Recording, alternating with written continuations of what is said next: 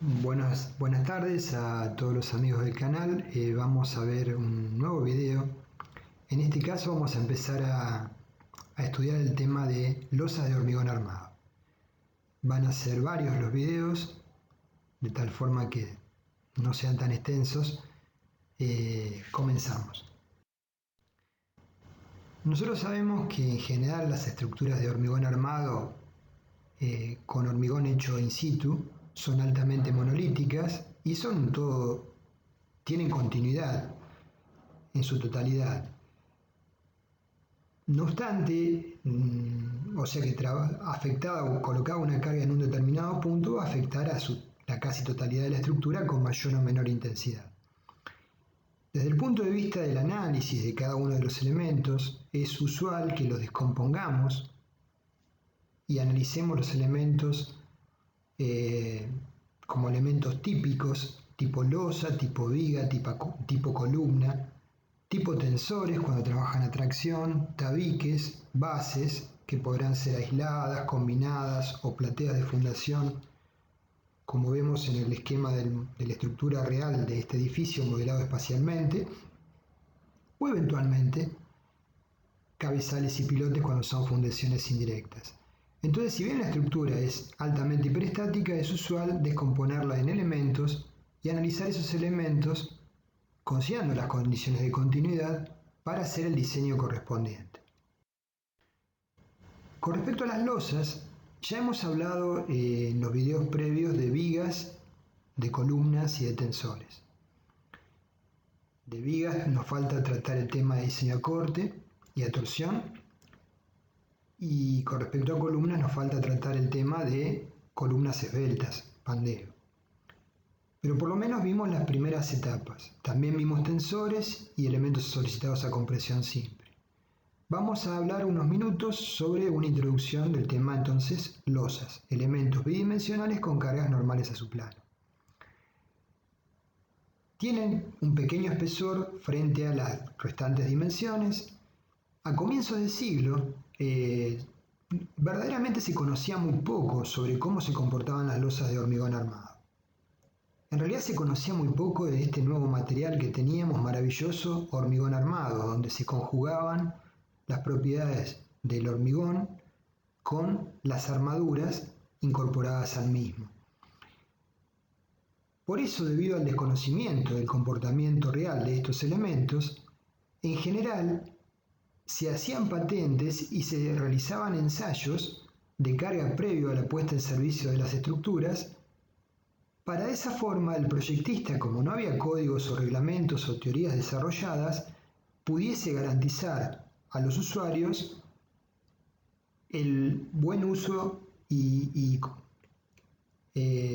la respuesta satisfactoria que iba a tener la misma.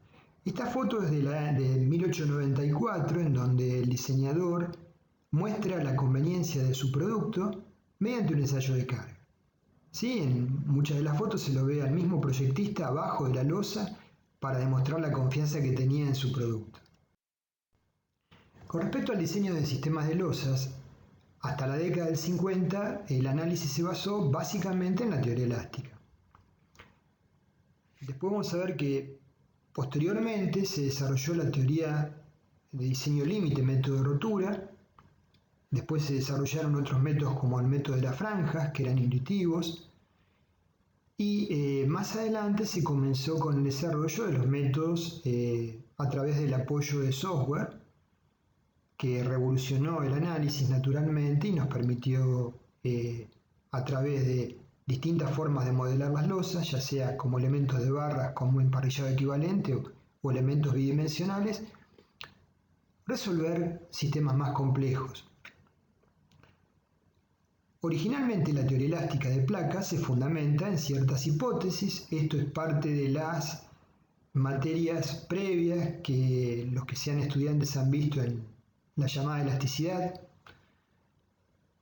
En ciertas hipótesis simplificativas que vamos a hacer mención muy brevemente, porque no es motivo del tema el tratamiento de losas según la teoría elástica. ¿Sí? Solo vamos a hablar unos minutos. Relativas al material y a la forma de placa y relativas al comportamiento de la placa bajo. Con respecto a las condiciones de las losas relativas al material y a la forma de la placa, el material debe ser perfectamente elástico, cumplir con la ley de Hooke, ser homogéneo e isótropo, el espesor de la placa constante y el espesor es pequeño comparado con las restantes dimensiones, por lo cual podemos ignorar las deformaciones por corte. Respecto de esto, el espesor de la placa constante y pequeño espesor comparado con las restantes dimensiones, las losas lo van a cumplir. Las tres primeras condiciones, el hormigón, para los que ya hemos entrado a estudiarlo o han visto los videos previos, ya sabrán que no se cumplen, ¿sí? Pero pueden ser una hipótesis razonable para un nivel de carga reducido, como un primer enfoque de análisis de estos elementos. Relativas al comportamiento de la placa bajo carga, las fibras perpendiculares al plano medio de la placa, antes de la deformación, permanecen perpendiculares a la superficie media de la placa deformada, girándose, manteniéndose plana. Esa hipótesis es muy útil para evaluar, después lo veremos, como lo vimos en flexión, correlacionar las deformaciones de una fibra con la de otra. Conocida la de una, podemos correlacionarla con la de otra, porque las deformaciones, las secciones permanecen rectas. La tensión normal perpendicular al plano medio es despreciable, las flechas son pequeñas comparadas con el espesor, y en el plano medio de la placa no actúan tensiones normales. Esto es bastante frecuente, todas estas condiciones, con respecto a la condición de uso de las losas frente a los sistemas más habituales de carga. En realidad sabemos que el hormigón no es un material elástico, isótropo y homogéneo, pero como mencionamos, para el nivel de cargas de servicio las diferencias con respecto a este material ideal, entre comillas, pueden ser aceptables como un análisis aproximado. Simplemente, y con esto vamos a dejar el método elástico, planteando un elemento diferencial de área de X por DY, podíamos, considerando las acciones normales nulas, expresar las condiciones de borde y los momentos MX, MY, momentos torsores y esfuerzos X e Y.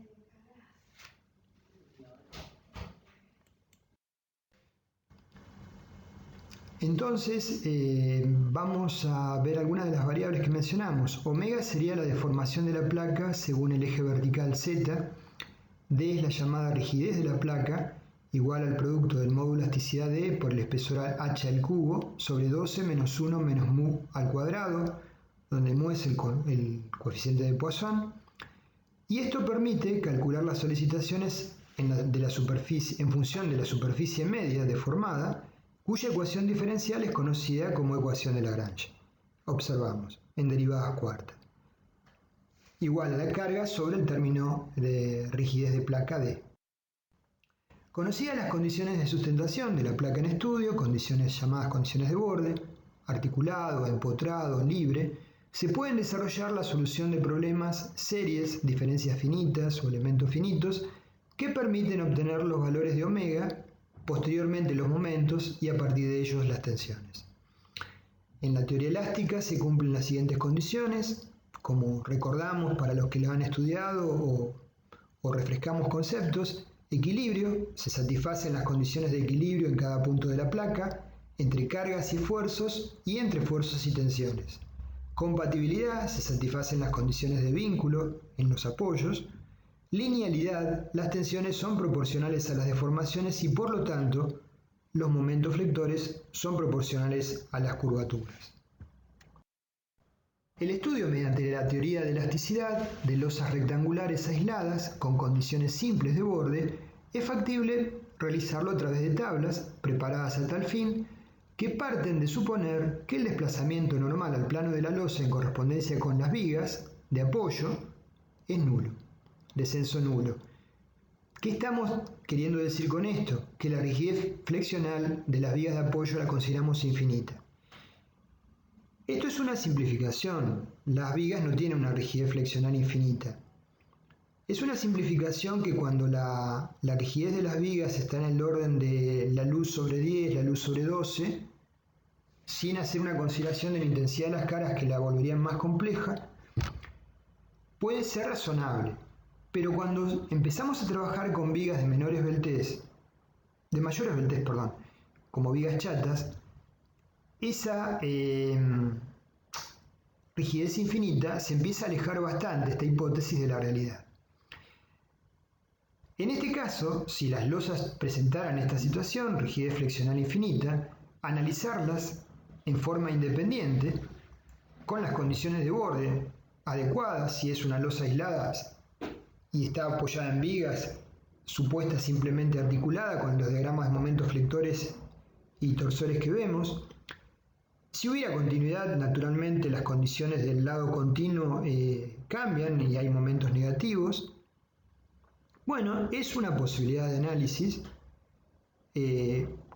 extraer de la planta de losas cada una de ellas, con las cargas, las condiciones de borde, obtener los momentos flectores de las tablas, basadas en resolución del método elástico, y en función de eso luego hacer el diseño de las losas y las reacciones de las cargas de las losas sobre las vigas. Con este concepto y esta metodología se trabajaba hasta que los software trascendieran y fueran de uso masivo. Vamos a ver un ensayo a rotura de una losa maciza rectangular para tratar de interpretar mejor cómo es el concepto y el trabajo, tal cual lo vimos en vigas, lo vimos en columnas, lo vimos en tensores. Cada elemento que estudiamos normalmente tratamos de hacer un ensayo de carga nula hasta rotura, ver cómo se comporta en cada etapa de la carga y luego tratar de sacar alguna conclusión que nos sirva para nuestro propósito, que es el diseñar ese elemento con el grado de seguridad adecuado. Vamos a asumir en el ensayo que las losas de apoyo son las vigas de apoyo son indeformables, o sea que son muy rígidas. Suponemos la losa con armadura uniforme en ambas direcciones, subarmada, recordemos concepto de flexión en viga subarmado, es decir, tiene una cantidad de armadura adecuada, pero no excesiva, por lo tanto presenta una rotura suficientemente dúctil. La armadura ingresa de influencia a la armadura de tracción y rompe por agotamiento del hormigón comprimido, con grandes deformaciones y fisuras. Para cada escalón creciente de carga se va a observar el comportamiento y el cuadro de fisuras asociado. No consideramos la sobreresistencia del acero por encima del escalón de fluencia, o sea, consideramos un diagrama de tensiones de deformaciones en el acero bilineal, que es lo usual en la mayoría de los códigos o reglamentos, salvo para un análisis sísmico. Se supone que la losa tiene una resistencia al esfuerzo de corte adecuada para impedir la falla prematura por ese tipo de solicitación, es decir, que la resistencia al corte no va a definir la condición de falla. La primera etapa, la fase elástica, comenzamos a aplicar cargas. Las cargas son de un nivel reducido y por lo tanto la losa, estudiando en cualquier sección las deformaciones y los momentos flectores asociados, se encuentra en estado 1 no fisurado y responde razonablemente al comportamiento de un material ideal elástico, homogéneo e isótropo. El elemento se encuentra en lo que llamamos estado 1 sin fisuras y para este nivel de cargas, tanto la deformación como la distribución de momentos flectores concuerdan razonablemente con los que obtendríamos de la teoría elástica. Segunda etapa, fase de fisuración. Llegamos a las primeras fisuras en las zonas de momentos flectores máximos. En esa zona hay una pérdida de rigidez, el diagrama momentos curvaturas cambia la pendiente y comienzan a producirse fisuras a lo largo de la zona de momentos máximos. Al continuar incrementando las cargas se comienzan a manifestar fisuras en la zona inferior de la losa, si las cargas son gravitatorias y la losa simplemente apoyada, en la zona de momentos máximos en dirección perpendicular a las isostáticas de tracción evaluadas con un método elástico. La segunda etapa, fase de fisuración, cuando incrementamos las cargas comienzan a manifestarse fisuras en la zona inferior de momentos máximos. Debido a ello se reducen los momentos de inercia en correspondencia con esas zonas fisuradas, estado 2, y se produce una primera redistribución de momentos, la misma ya difiere de la obtenida por el cálculo elástico. Bueno, si continuamos con el ensayo, incrementando aún más las cargas, vendrá la llamada tercera etapa, donde habremos llegado en las primeras zonas de fisuras, las armaduras que cose esas fisuras, al incrementarse el momento será igual al que desarrolla la tensión de fluencia en esas armaduras. Primera fluencia verá cero atracción, con una curvatura asociada phi sub i que está asociada con esa situación. Al estar la losa subarmada, la armadura ubicada en la zona de momentos máximos entra en fluencia y se produce una segunda redistribución de momentos que es más importante que la anterior. En esta etapa de carga, por encima del nivel de cargas de servicio, claramente se forman las líneas de articulación que dividen a la losa en sectores que rotan. Podemos suponer esos sectores como una simplificación planos, rotan alrededor de las mismas. Entonces el proceso sería primera fluencia, se empiezan a formar líneas de articulación sobre esas armaduras que cruzan cuando entran en fluencia las armaduras, que son líneas de fluencia, hasta que se forma finalmente un mecanismo de falla en función de las condiciones de borde de la losa y estamos en la situación de colapso inminente. La cuarta fase entonces sería las líneas de articulación se propagan de tal forma que se transforma en un mecanismo cinemático. Las líneas de articulación ahora se transforman en líneas de rotura y sobre ellas las armaduras se encuentran en fluencia. El hormigón comprimido ha agotado la capacidad de formarse, entonces el proceso es de izquierda a derecha hasta que en función de las condiciones de borde de la losa en su perímetro se conformen las líneas de rotura. Por ejemplo, es una foto de ensayo de una losa simplemente apoyada con carga uniforme, la cara superior a la izquierda y la cara inferior a la derecha. Si nos fijamos en estas fotos sacadas del libro de Park, la configuración lineal de las líneas de rotura en realidad no es una línea, sino es un cierto ancho donde se han plastificado las armaduras. Entonces nacen de las esquinas con un cierto ancho y llegan al centro con un cierto ancho también. ¿Sí? No son líneas, sino son bandas con un cierto espesor. Conclusiones del ensayo. En la losa subarmada, debido a la plasticidad, va a ocurrir una redistribución de momentos con respecto a la teoría elástica antes de llegar a la capacidad de carga última de la losa. Una vez que se alcanza la resistencia a fluencia, la sección puede incrementar sensiblemente los valores de curvatura con poca variación con relación al momento que se corresponde con el ingreso a la fluencia de la armadura traccionada. Recordamos que adoptamos el diagrama bilineal como idealización, es decir, que cuando llegamos a fluencia suponíamos que el momento se mantenía constante. Porque se mantenía constante la tensión en las armaduras, no subía por encima de la tensión de fluencia. La sobreresistencia la despreciamos. El análisis límite permite evaluar la carga última suponiendo que las secciones de la losa son lo adecuadamente dúctiles como para permitir que ocurra la redistribución de momentos internos en las diferentes etapas del ensayo. Los sistemas de losa se pueden clasificar por la forma, por su tipo de sustentación o por sus características constructivas. Por su forma en rectangulares, incluyendo las cuadradas, que son las más frecuentes. Otras formas pueden ser circular, trapezoidal, triangular, etc. Es tantas como la imaginación de uno tenga hoy en día. Por su sustentación con apoyos lineales sobre vigas o muros, o con apoyos puntuales como son las losas que apoyan en forma directa como sobre columnas, situación que ya hemos estudiado entre pisos sin vigas. Dentro de los apoyos lineales existen diferentes condiciones de borde, por ejemplo articuladas, empotradas, libres o con condiciones intermedias de restricción al giro de la losa. Por sus características constructivas tenemos losas de hormigón in situ que pueden ser macizas o nervuradas o losas con elementos premoldeados, viguetas o losetas que son frecuentemente pretensadas. Acá vemos un sistema de losas apoyados sobre vigas y un sistema de placa plana o losas que apoyan directamente sobre columnas, denominado entrepiso sin vigas.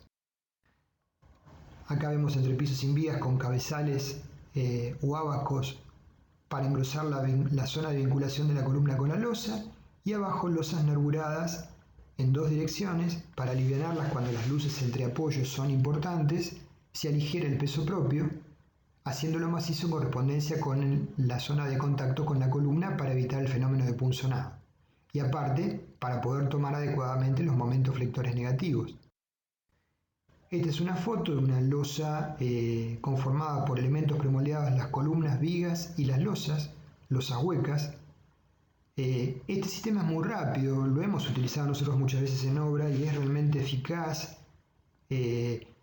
sobre todo cuando no se plantean muchos niveles. Frente al hormigón in situ puede ser una situación interesante para estudiar. Entonces tenemos en el dibujo A una losa maciza, en el dibujo B una losa equivalente nervurada. En ella se sustituye la losa el sector de hormigón traccionado por una zona hueca que puede ser rellenada o no con otros materiales. Para que la losa sea nervurada debe cumplirse como mínimo ciertas condiciones. Esto está establecido en el código ASI 318-2005 y en nuestro reglamento. H es la altura, S la separación entre nervios, B el ancho del nervio.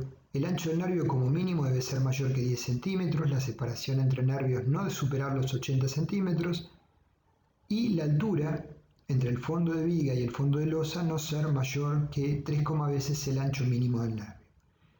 Si esa situación no se cumple, ya sería un sistema de losas de pequeño espesor apoyados sobre vigas, un emparrillado. Las losas nervuradas entonces, en el reglamento se indican dimensiones mínimas y máximas. Para los nervios que de no cumplirse el sistema se debe dimensionar como losas sobre vigas. El espesor de la losa, de la capa de compresión, debe ser en la losa alivianada con elementos de relleno permanente mayores que 40 centímetros o la distancia entre nervios S sobre 12. Si la losa es con encofrados removibles, el espesor debe ser mayor que 50 milímetros, 5 centímetros o S sobre 12. Ejemplos de losas con viguetas pretensadas.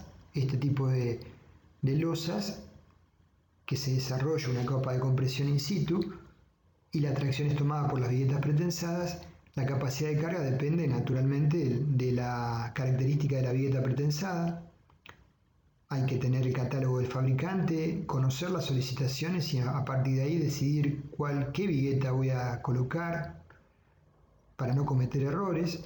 Son losas armadas en una dirección. La transferencia de cargas es únicamente más allá de la configuración en planta, sea rectangular o la que sea o cuadrada, son losas armadas en una dirección. En la dirección de transmisión de cargas es la dirección de las viguetas. Entonces, considerar el grado de pretensado de la vigueta para evaluar la capacidad de carga. Hay que pedir los catálogos del fabricante. Por sus características solo son aptas para tomar momentos positivos. Cuidado con los balcones y voladizos, ¿sí? Claramente no son adecuadas para esas situaciones. Acá tenemos losetas pretensadas, que son elementos que según las dimensiones pueden ser muy rápidas para el montaje. Eliminan la necesidad de hacer hormigón in situ, salvo una capa de nivelación superior eventualmente. Pueden ser colocadas manualmente según las dimensiones. Se debe cuidar el transporte para no dañarlas. Son pretesadas. Existen en el mercado diferentes marcas o productos y trabajan como unidireccionales también, como las viguetas. Entonces, sobre los apoyos continuos de vigas se debe colocar una armadura negativa para tomar los momentos negativos. Dentro de la capa de hormigón, entonces ahí sí que hay que colocar una capa de hormigón superior para alojar esa armadura y para colocar esa armadura le da la capacidad de tomar tracciones en ese nivel que la loseta no tiene. Para cerrar esta primera parte del video, que van a ser varios los que constituyen, vamos a hacer el análisis de carga de una losa tipo de H 12 centímetros maciza, como para que ustedes tengan una idea de valores. La losa de hormigón 0,12 por 2.500 kilos por metro cúbico. El peso de la losa serían 300 kilos por metro cuadrado por unidad de superficie. El contrapiso, supongamos 5 centímetros con una densidad de 1.700 kilos por metro cúbico, sería 85 kilos por metro cuadrado. La carpeta, supongamos 2 centímetros por una densidad de 2.000 kilos por metro cúbico, sumaría 40 kilos por metro cuadrado. El piso dependerá de las características, supongamos que en este caso es 40 kilos por metro cuadrado, el cielo raso aplicado 15 kilos por metro cuadrado, con lo cual el paquete de cargas de peso propio D es sin mayorar 480 kilos por metro cuadrado. No hemos considerado ninguna mampostería actuante sobre la losa, sino habría que prorratearlo y se incrementaría la componente de peso propio D. La sobrecarga de uso, si es un local de edificios de departamentos, L 200 kilos por metro cuadrado. Por lo tanto, la máxima carga de servicio S es D más L, 680 kilos por metro cuadrado, y eventualmente por lo menos las mínimas dos combinaciones de carga es 1,40 de D o 1,20 D más 1,60 de L. Acá planteamos la segunda, para hacerlo más corto, 8,96 kilos por metro cuadrado sería la combinación de cargas mayorada. Aclarando que no hemos considerado mampostería prorrateada. De esto se puede observar luego, sacar conclusiones respecto de cuánto incide D y cuánto incide L, peso propio y sobrecarga, para el paquete total estructural de un edificio de departamentos. Normalmente la componente de D está en el orden de un 70 a 75% del valor total, D más L. Bueno, gracias por su atención. Continuaremos con futuros videos de este tema para ir desarrollándolo adecuadamente. Los esperamos.